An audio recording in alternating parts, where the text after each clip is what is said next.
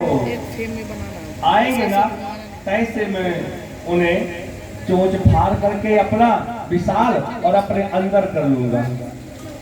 भगवान जान गए उसकी आंखों को देख करके कि राक्षस बकुला बना बैठा है।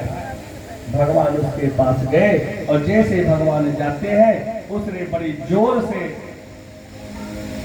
अपने मुंह को खोला और भगवान को अपने पेट के अंदर ले लिया। भगवान ने क्या किया?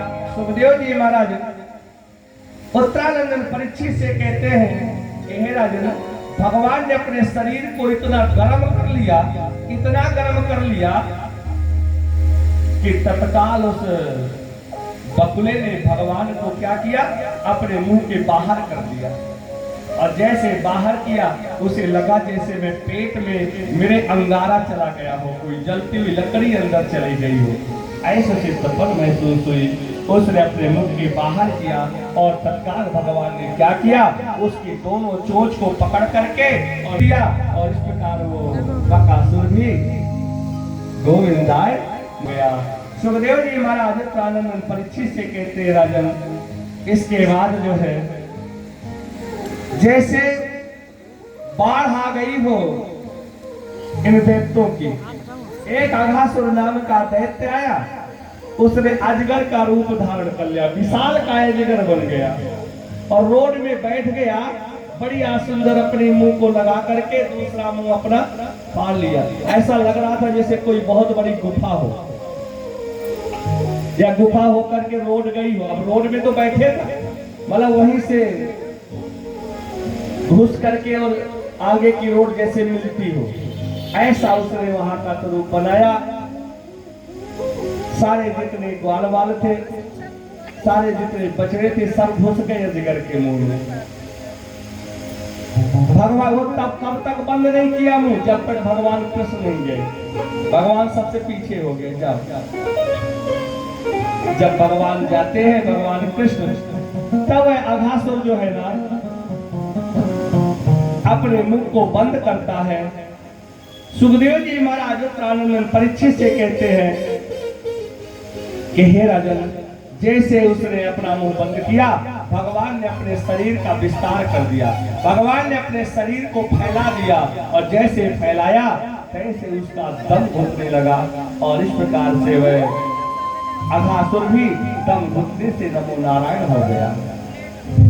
अब जाते हैं चलाने के लिए आगे, तो रास्ते में न मिला, अब लौट करके अभी नहीं आए भगवान, आगे बढ़ गए उसको मार करके। जब आगे गए, बढ़िया सुंदर भगवान वहां पर बछड़ों को चरा रहे थे, बछड़ों को छोड़ दिए, वो चरने लगे। दोपहर का समय था, भगवान अपने मित्रों के साथ में बैठ गए एक वृक्ष की छांव में। कहा चलो अब लंच हो जाए, जो भाई जो कोई लाया हो अपना अपना टिफिन खोलो और चलो भोजन हो जाए। सब लोग टिफिन खोलते हैं, भगवान बढ़िया सुंदर पीताम्बर बिछा करके और कहते यहीं पर सब लोग निकाल करके रख दो अपना अपना।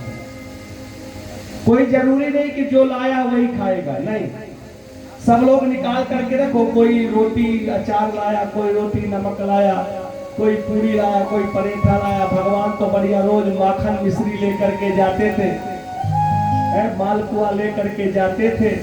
सब लोग बड़े प्रसन्न होते भगवान के जितने मित्र होते कि अच्छा ये बछड़े चराने आने लगे, कम से कम भोजन तो अच्छा मिलता है। क्योंकि भगवान क्या करते, अपना सारा भोजन उनको खिला देते थे, तुम लोग खाओ जिसे जो अच्छा लगे। और भगवान स्वतः क्या करते, कहीं रोटी खा लेते, कहीं अचार चाटते, कुछ भी इसी प्रकार अपना मनोरंजन करते रहते। देवता प्रतिदिन आकाश में खड़े होकर के भगवान की लीला देखा करते थे। आज भी भगवान अपने मित्रों के साथ में बैठे हैं। सुखदेव जी महाराज कहते हैं, बिभ्रत बेरुम जठर पटयो संगवेत्रे चकच्छे बामे पाणौ मसल कमलम तत्फलानि अंगुलीस तिष्ठनो मध्ये स्वपरिसृहृदो हासयन नर्म विश्वये